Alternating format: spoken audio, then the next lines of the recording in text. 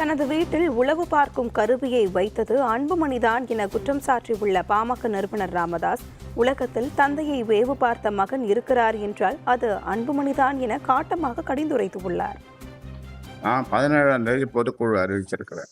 என்னால் செயல் தலைவர் என்று சொல்லப்பட்ட அவர் 9ஆம் தேதி பொதுக்குழு சொல்றார். அது கட்சி விதிகளுக்கு புறம்பானது. உலகத்துல தந்தையே வேவு பார்த்த உழவு பார்த்த பிள்ளை இருக்குதான்னா இருக்குது.